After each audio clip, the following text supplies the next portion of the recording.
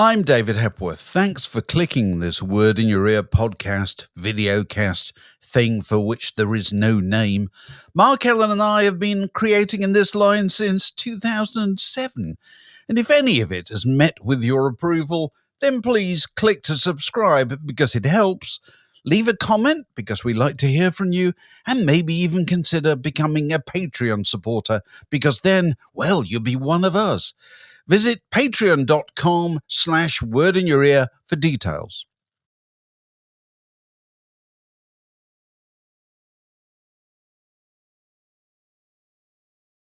Okay, welcome to another Word in Your Ear. This one is something I've been wanting to do for ages, which is to delve into the world of reissues, particularly through the lens of a reissue of this album, which this is my copy of The Small Faces, The Autumn Stone from, I think, 1970, where I was actually given it as a present. We were sufficiently irreverent in those days for people to write dedications on the back of the cover. Nobody was bothered about posterity. Nobody would have dreamed that in however many years later, people would still be doing these extraordinary reissues, loving reissues of records such as this.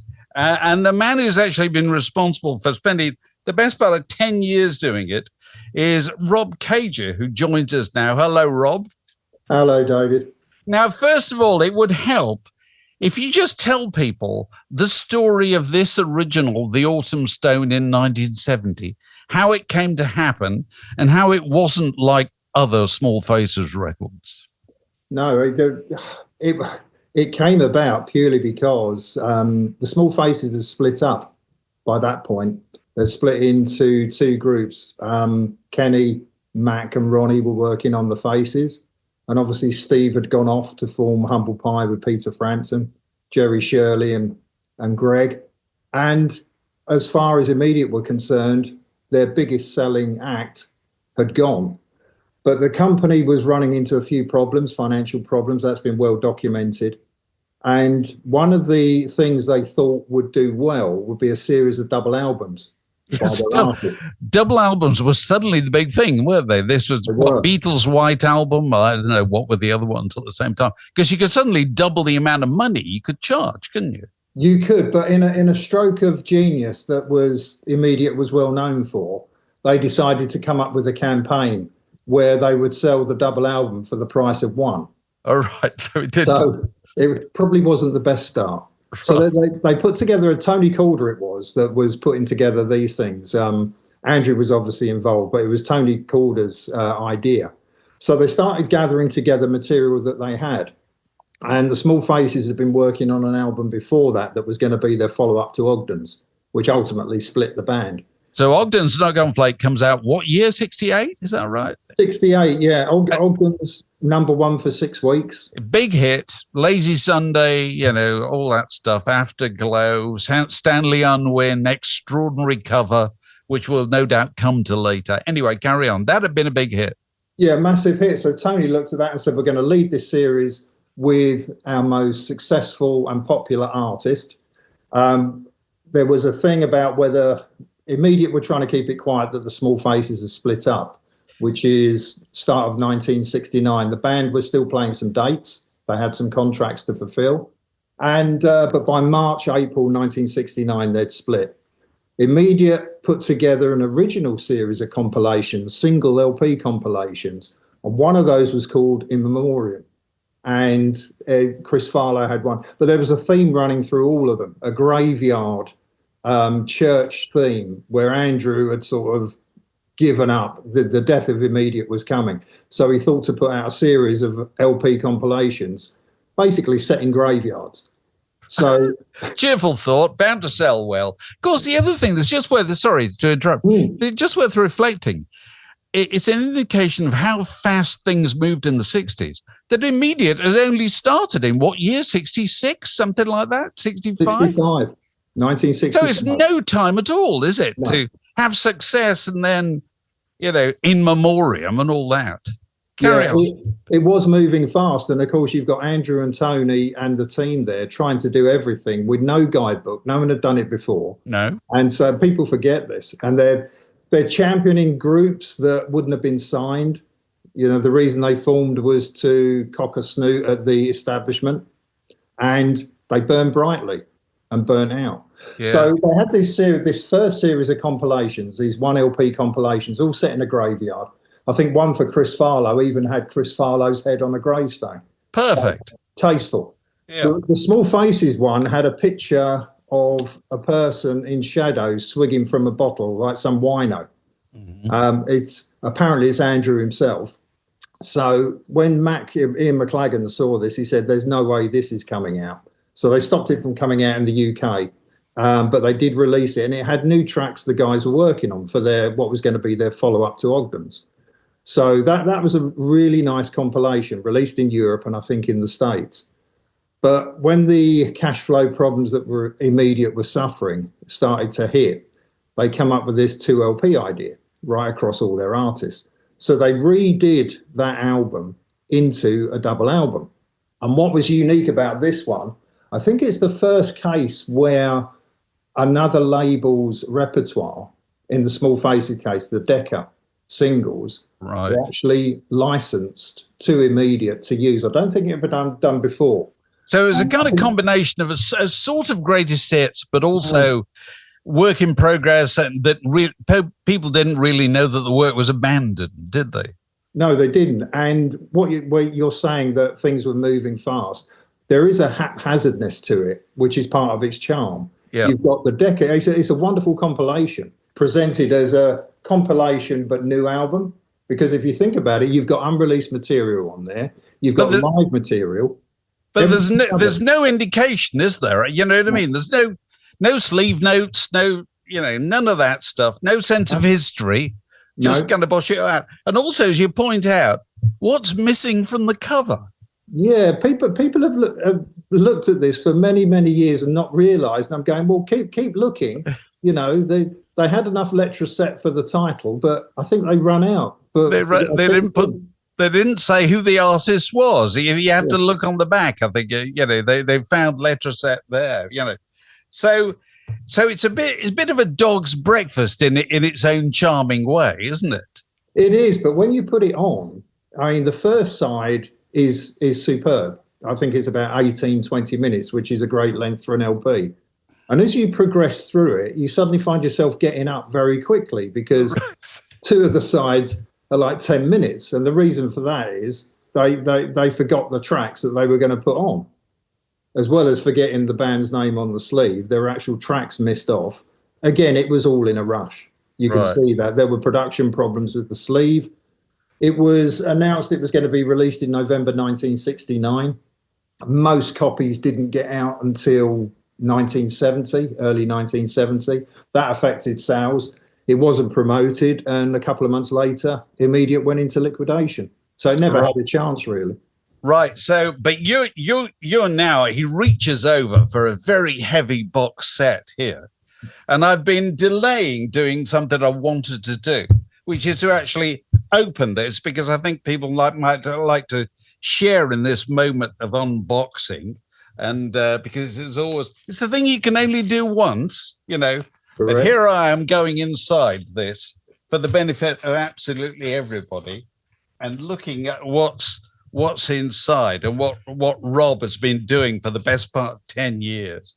Oh, goodness me.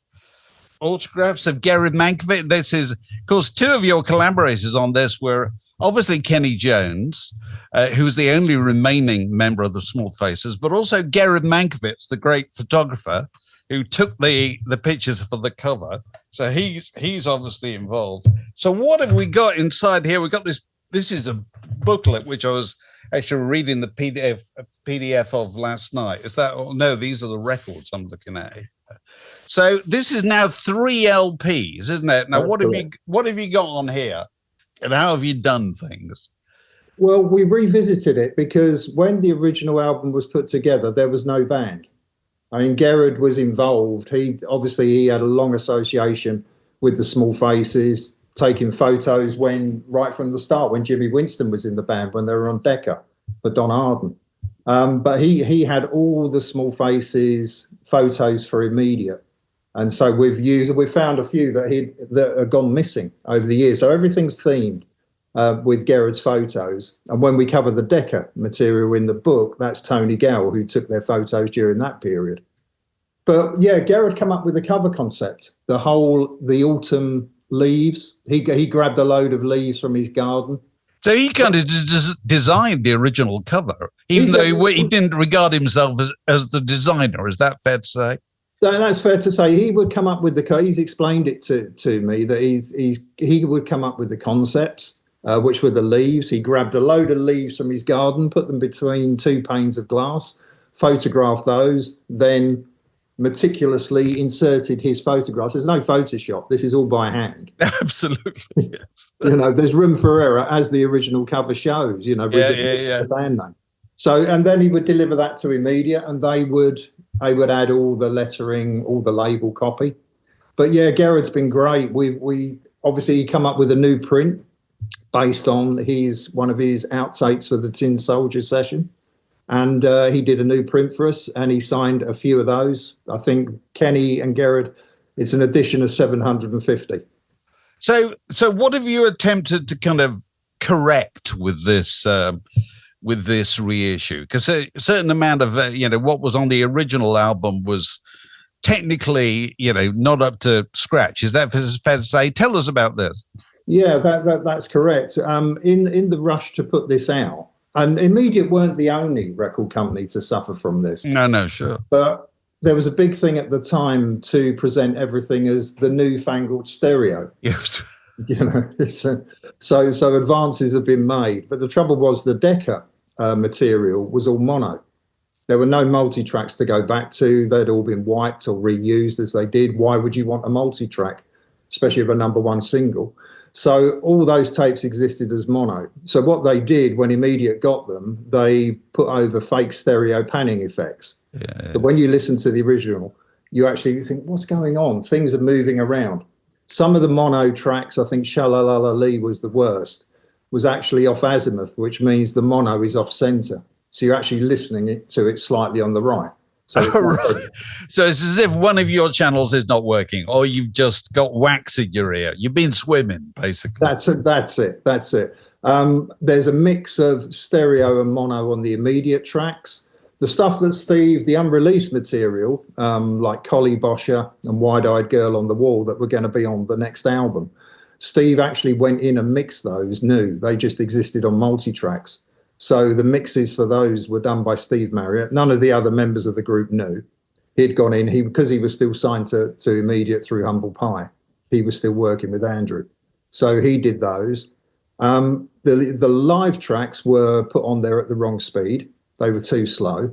So that was correct. There was quite a few technical things to correct. And some of the tapes that Immediate had, even the originals at the time, were damaged.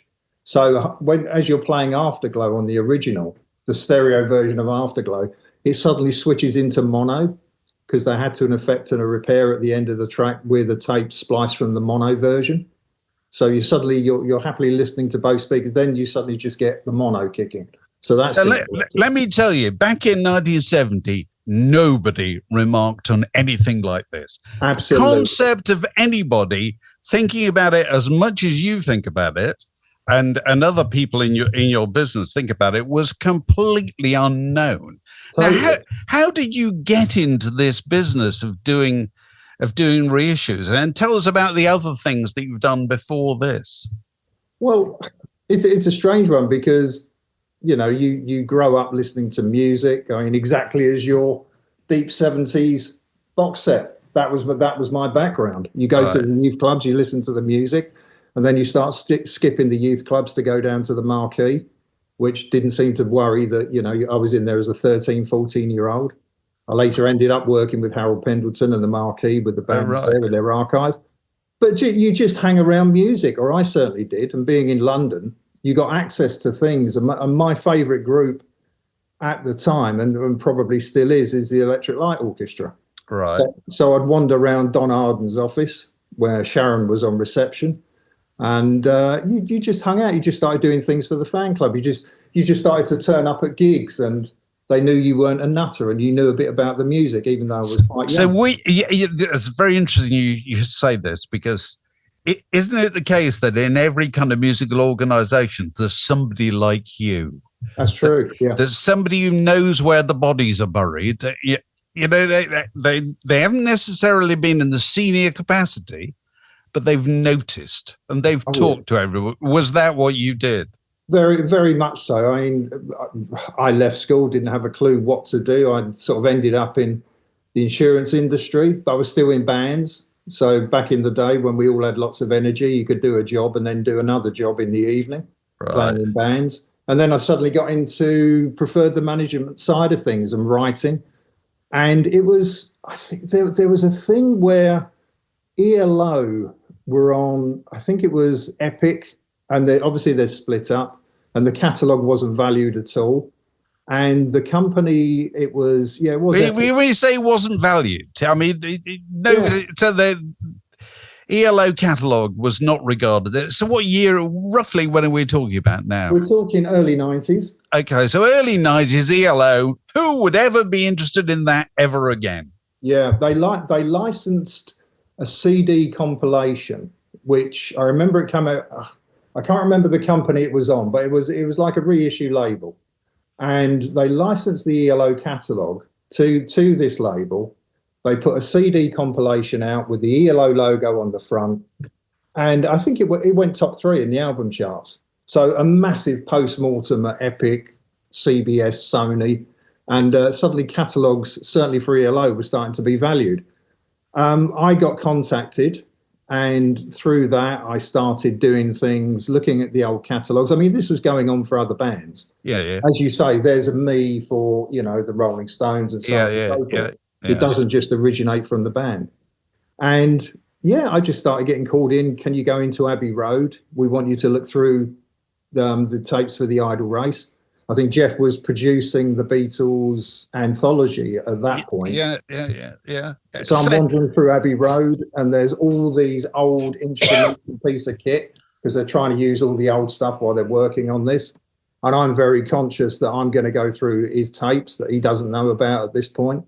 And I'm in a broom cupboard with an engineer going through the multi-tracks on the Idol race. And through that, your record companies realise that actually you do know what you're doing. Yeah. And of course, because I knew the band members built up over the years, they put a good word in. And then the record companies realised, well, we've got someone that can put this together. I go the extra mile because I know where tapes have ended up, because most times they're not at the record companies. So give us an idea of this, because people often say to me, their favorite band, their 4th album hasn't been available for years or whatever, or there's some live stuff and it ought to come out. And I always say, it's not as simple as you think. Give us an idea of, there is not a kind of Indiana Jones archive, is there, full of neatly organized all the records that came out on CBS or whatever. Where is it all? Well, many times you will have a band that isn't signed to the record label. They're signed to a production agreement, or they're signed to the management. So the band are delivering the tapes to that, as ELO did. They delivered their tapes to Don Arden. And then the record company at the time, Don had his Jet Records, but it was then distributed by either United Artists or CBS. They would be delivered a tape to do all the pressings. So all the multi-tracks, all the outtakes are either left in a studio. Multi-tracks can be reused again, very expensive. So those recordings are lost. Because multi-tracks used to be huge, great, thick. Oh, yeah. Take up a lot of space, didn't they? It wasn't easy to store that stuff. No, very heavy. They started off as 1 inch, in the 60s where we had 4-track, 8-track, and then you're getting to 16, 24. But big 2-inch tapes, massive big things. So they do take up a lot of room. Some studios, some record companies, in Immediate's case, you would rent space on a multi-track. So you would do your recordings. This is why the multi-tracks for the Nice, for their albums on Immediate, don't exist. Because somebody else recorded over the top of them. Yeah, once they've done the mix to mono, sometimes to stereo. Towards the end of Immediate, things were being done in stereo. So once everyone was happy with the mix, that was it. Why would you want to keep the multi-tracks? Yeah, yeah.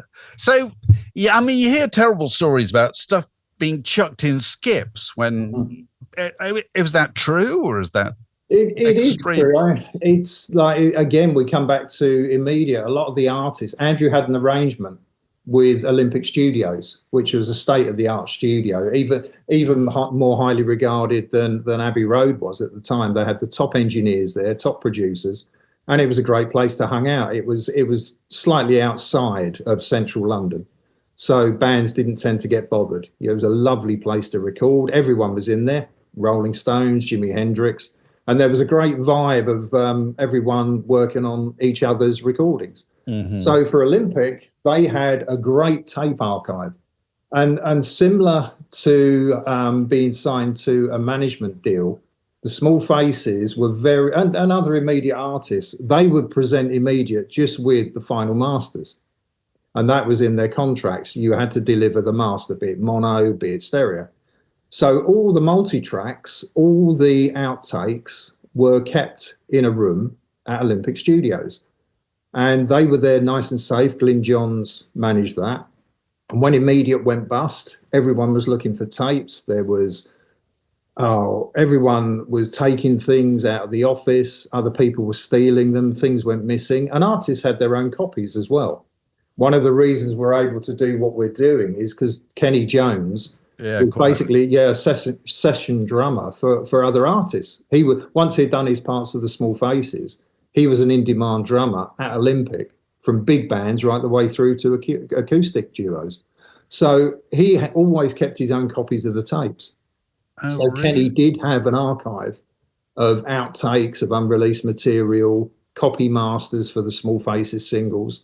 All of that was kept in his flight cases in a massive barn at his house, and thank God he kept everything. Right, right. But for other artists, we come back to Olympic Studios in the 80s. I think Virgin EMI took over the studios. Yeah. And they did a survey. They got someone in from Japan to do a survey of the studio, some sort of feng shui thing. And they looked at it and said, no, this isn't suitable for a studio. This is no good. We have to clear out the rooms. So there was an ad appeared. There was an announcement made in the music press that if you recorded at Olympic, come and get your tapes. You have a week. God. You have a week to get your. Now you imagine all. So there's Pete Brown's battered ornaments or whatever are all queuing up outside. Yeah, you name it, and of course, labels have gone. There's no way of. This is it. This is really pre-social media, internet, everything. So you're looking at something in a paper. So what happened over a succession of days and weeks?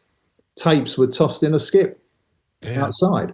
And the local builders got wind of this and went down and just thought, this is great. Unspooled all the tapes because they wanted the aluminium reels. That's where the money was for them. So there were all these tapes fluttering down Barnes High Street. So God knows what was lost. So we were talking the other day about archives generally and where stuff, because I always wanted to do a radio program called Where Is Everything? Because we always assume that everything's been kept. Well, it's not as simple as that. There used to be an archive under Smithfield Market. Is that right? Yeah. Part of EMI's archive. I think a lot of the Beatles tapes. The Beatles tapes were I'd be doing a disservice to record companies to say, archives are in a mess. They're not. I mean, the Abbey Road archive is incredible. Right. It's a long period of time. Yeah. And you're putting things on there where the only way you know what's on them is to play them. Yeah, I was going to say this because you must have had experience of listening to stuff and you get to the end of it and there's something else there. Have you had that kind of thing?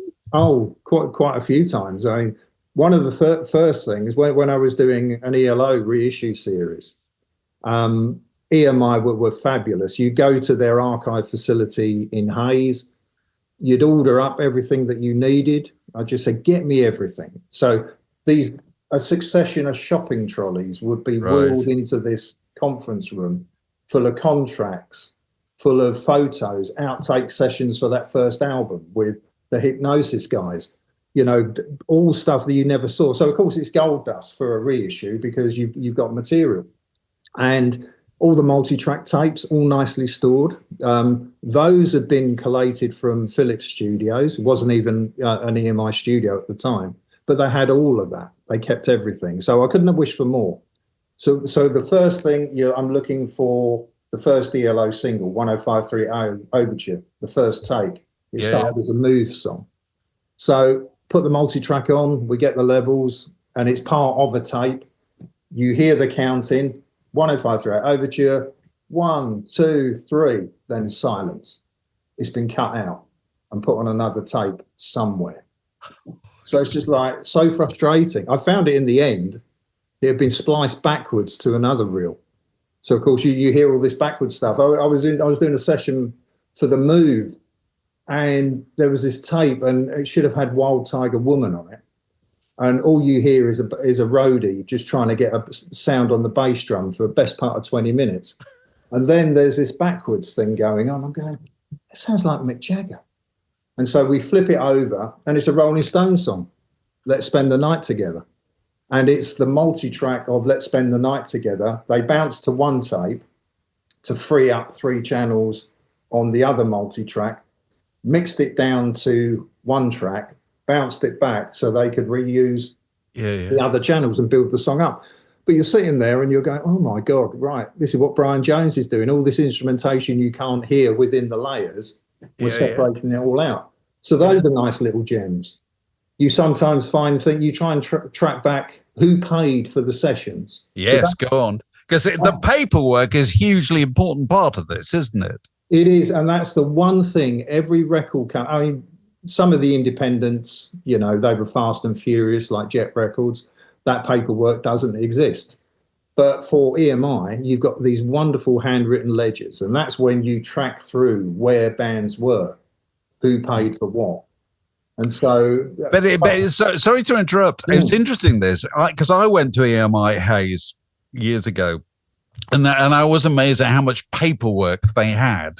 Yeah. Because that was in the days when everything was done by a typist. There was a carbon was kept and so forth. Yeah. Well, now, for many years, we've been in the world of the internet. So, do you have to go to kind of people's email trails to sort this? Well, thankfully, I've never had to do that. My world is when I starting mid to late 50s, when I did the Johnny Cash reissues, and then through the 60s into the 70s, sometimes touching on the 80s. So thankfully, I don't have to get into that because there's too much. There's no filter now. Right. So you're mainly dealing with the world of ink and paper and, and records and tape and so forth. And a big part is going back to when I used to hang out with bands and, sit in dressing rooms. You're soaking up all this information. Yeah. You're going to see people at their homes and crawling through their attics, I think I've got some tapes up there. And then you're finding all these instruments like Jeff Lynne's acoustic guitar and the very first demos he did for the Idol race and so on and so forth. I remember when I was doing the Move reissues, going through, it was a music publisher. They were signed to a production company. Part of that was a music publishing company. And their recordings were leased to EMI or other companies. But it was the publishing company, not their core business, but they still kept all the tapes. So you're going through this archive, and I kept coming across a load of big boxes for Black Sabbath, which were very nice because I used to have to lug them out the way. About a year later, I thought, why is Black Sabbath in here? And no one could ever find the multi-tracks for their first 4 albums, the key albums. And that's where they were. The music publisher had paid for the original sessions at Regent. Of course. And they've been put in amongst, they were in boxes from the accounts department of the publisher at the time. So you take off all the paperwork, there's these lovely, pristine multi-tracks for Black Sabbath. Which are now probably worth more than at any point in their lifetime. Is that fair to say? Yes, I found these in the end of the 90s, and in 2000 I sort of mentioned in passing, these Black Sabbath multi-tracks keep getting in the way of what I'm trying to do for the Move, come on. And I went, what? you found these tapes. So a session was booked, I think it was at the Townhouse Studios. It was me and an engineer. We couldn't copy anything, but the idea was everyone was going to attend. The record company, members of the band or their representatives. It's like reading the will. Yeah, exactly right. So we have all the sessions for the first album, the breakdowns for Paranoid, some live tapes of Black Sabbath, where midway through a concert, the bass drum becomes detached from the riser and typical Spinal Tap you hear it rolling across the stage. There's all these priceless gems, and we've got a week to do. No one turned up. There's just me and the engineer and Black Sabbath, as they were. And it was an incredible experience. Later, when these things kicked off, suddenly they realised we've got... Everybody wants to know. Yeah. And so, of course, the Black Sabbath reissues come out in giant vinyl box sets and every permutation you can think of. But that's where it started, in a box in the accounts department of a music publishing company underneath a load of paper. Yeah. Now, we're getting to a stage now. I mean, Kenny, as you say, Kenny is the only member of the Small Faces still with us. You know, where the music of the 60s and 70s is kind of falling out of living memory, isn't it? Yeah. So you know, what's going to happen to all this stuff when nobody is there who remembers it or remembers where it is or the significance of it? It was definitely a shrinking audience. I mean, I experienced this when I was working on Sun Records, putting together reissues, and specifically for Johnny Cash. Now, Johnny Cash will always be popular right across, you know, every demographic, but he's a rarity. The rest of Sun Records, I'm talking about these blues artists that Sun signed, way ahead of their time, and I'm getting these blank faces. Yeah. And I remember putting out a Jerry Lee Lewis compilation, all taken from the master tapes, sounding fabulous. You know, and you have to realize people have bought these things many, many times over. And that your audience, if they were buying it in the 50s and the 60s, they're no longer with you. So you're right, it is a shrinking market, but Record Store Day, when that happened, has regenerated it. So you do get a new audience, albeit smaller, across all ages. The market is there. It is there, but it is now it's sort of high niche. You're not going to because vinyl is a huge part of it, as you say. You know, it's not a question of putting these things out on CD. No, CD is part of it. I mean, CD. If you're going to do, I mean, Black Sabbath and other artists, every record company discovered this. Not many people want a 12, 15 LP box set because we haven't got room. No. People live in smaller houses, don't they? Of course. So what we find is that CD box sets are great because, as I did with the Faces recently, you've got 6 to 8 CDs in a 12-inch nice hardback book. That fits nicely on the shelf. If you've got Queen's series of albums, that works because you've got the original albums all presented nicely in a box.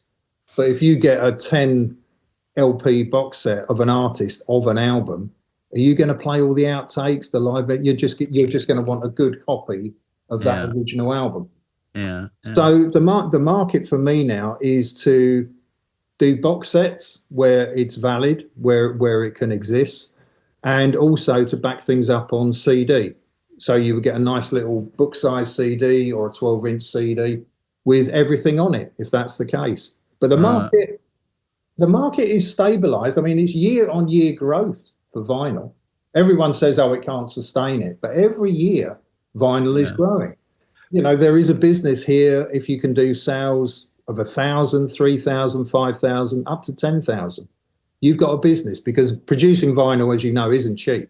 No. The cost of this. You're not going to repress it, are you? If you it is. I mean, when you can now actually quite honestly say, this is the pressing. This is it. Stone. That's it. We're not going to do it anymore. If you need to get it, there is a CD version, you know, which is a cheaper thing, obviously. There's 3 CDs. But for the actual vinyl box set, there's 750 that were signed. You know, they're proving popular. Right. You make something unique. Every piece of vinyl in that box set that we did for the Autumn Stone is a unique piece of vinyl because of the way we've produced it, the stone and the gold autumnal effect on the vinyl. No two LPs are the same. So Right, there's right, that. We're not repressing it again. right. So, you were saying to me the other day that the big record companies, which used to have kind of catalog departments who dealt with old stuff or whatever, it's quite interesting if you look at the long wave of this. That reissues used to be cheap, didn't they? In the 70s. It was, and then it really changes with, I don't know, Bob Dylan's Biograph and the Beatles anthology. And suddenly they can charge a lot more money for things, in a very different way. But you were saying that the catalog departments have just gone. They've been made redundant. Yeah, and one of the things that I never realised, because when you're working on these things, when you're working with the bands or seeing things, they're the old guys. We're still young, And so we're all talking. We certainly had this network where I'd know people in various record company archives, who the catalogue knowledges were, who the guys that would know their stuff. Suddenly, without realising it, people are retiring. And you're going, how can you retire? You're only, 60. 60, or older, whatever. Yeah, and suddenly, hang on, we're working with people in their 70s and 80s, and like they're the young guys, and only one of them is left. Yeah. So yes, it does change, and then the record companies have got their business models. Some work, some don't. They discover it 10 years later, it doesn't work. But those catalogue departments are ever shrinking. To their mind, if they've put everything out that they think they have, and usually it's the original albums and the singles, they put it on streaming, that's it, job done. Right. These things take a bit of time. They take they take a lot of time. I mean, just go back to this. You spent 10 years on and off doing this Autumn Stand. It was ready to go as a facsimile 2LP back in 2015. And prior to that, when Mac was still alive, we were discussing it, the background of the Small Faces album that never was, how that fitted in. So you're doing all the preparation work. And then you realise, hang on, where's the master tapes? Do we have a master tape of this album? Then you discover all the technical problems. And then Kenny turns around and says, well, we never had an input into this. It's not a bad little album for what it was at the time, with all the singles as they thought.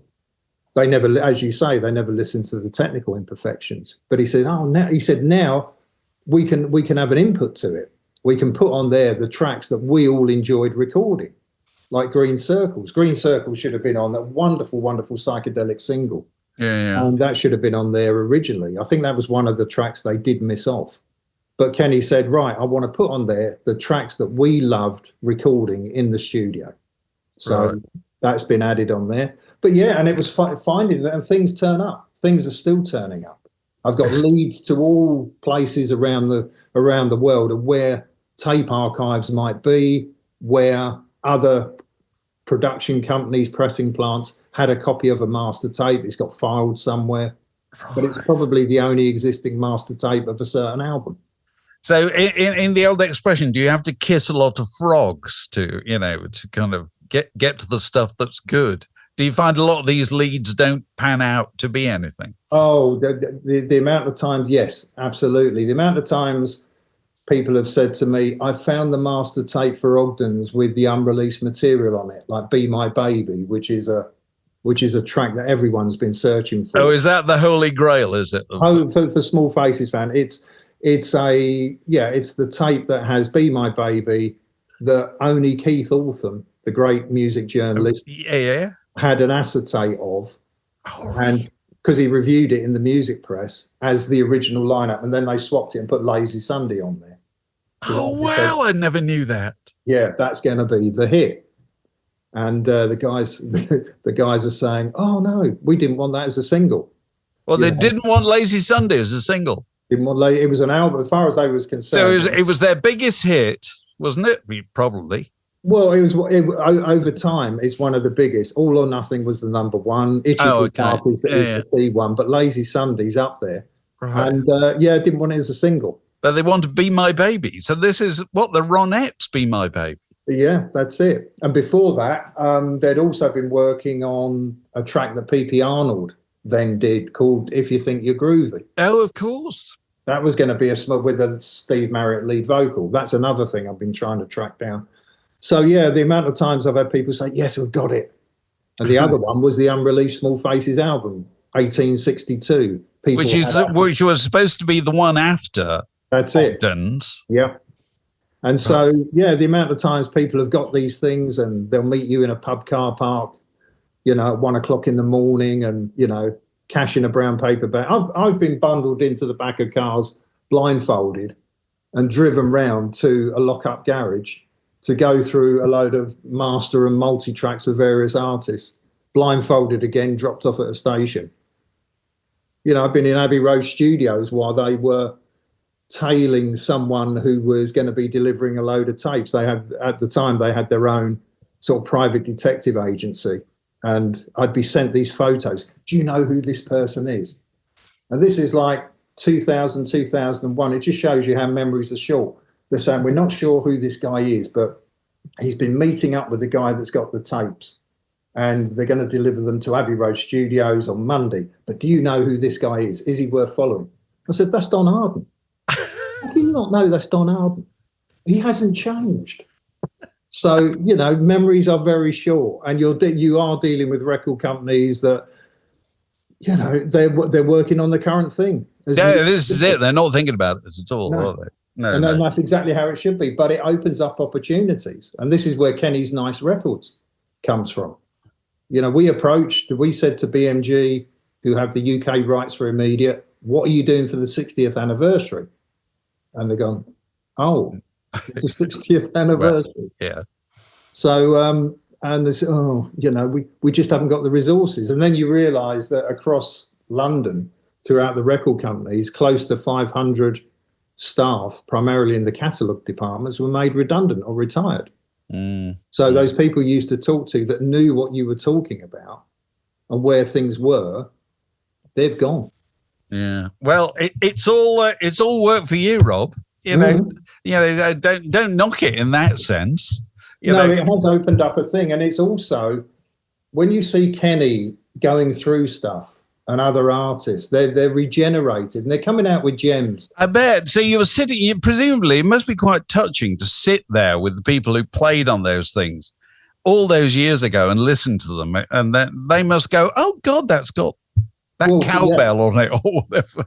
Well, Kenny's listening to, as a lot of the artists say to me, they're listening to it now as a fan.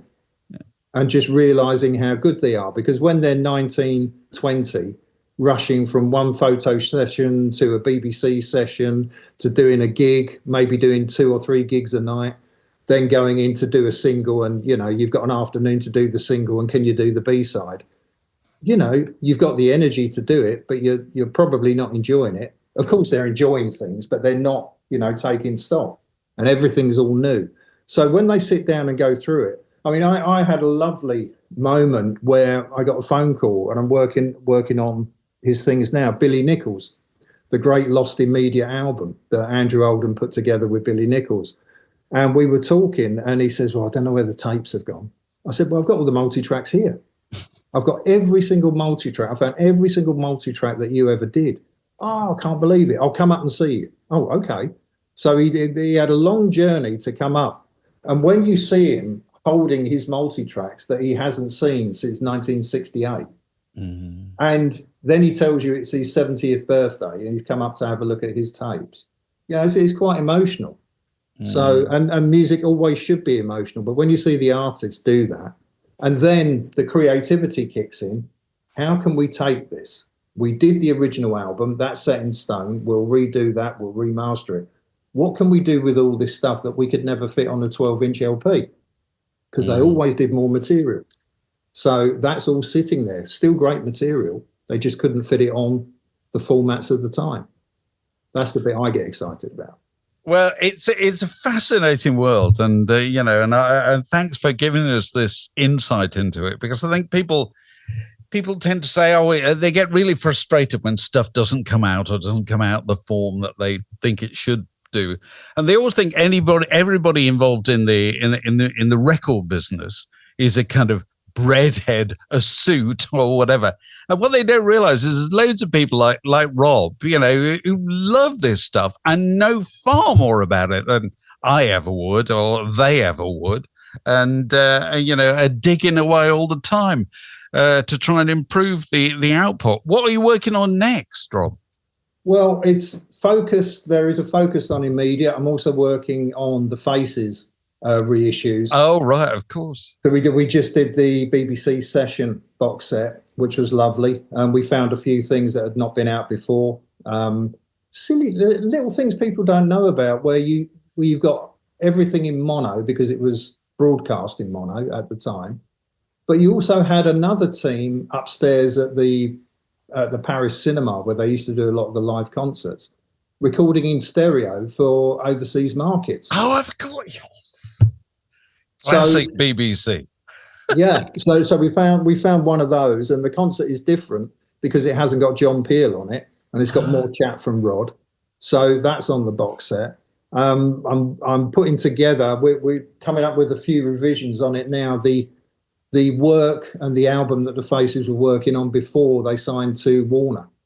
So things they were doing in Olympic Studios before, with Glyn Johns, before they worked with Martin Birch at Delane Lee. And a load of outtakes. I found a load of cassettes that Ronnie Lane had in a shoebox that was kept under his bed for years and years and years of the Faces rehearsing. So no one's heard these things. Now, there ought to be, if I can get, I'm sure you've thought about this, surely if ever there's anybody who deserved a kind of career box set of absolutely everything, was Ronnie Lane. Oh, good grief, yeah. The stuff that Ronnie Lane did on his own, Slim Chance with Pete Townsend, God knows this, that, and the other. He was just, let that be what it add that to your list, Rob. I'm sure there is a Ronnie Lane expert, as there should be. There's always a Boswell for every Johnson, There's a Ronnie Lane expert. Well, look, Rob, it's been lovely talking to you. And there's the extraordinary reissue of the Autumn Stone Small Faces, which has been 10 years' work on the part of Rob Caiger and various others. And it exists thanks to Kenny Jones. And very good to see it. And very nice to talk to you, Rob. Cheers. Pleasure.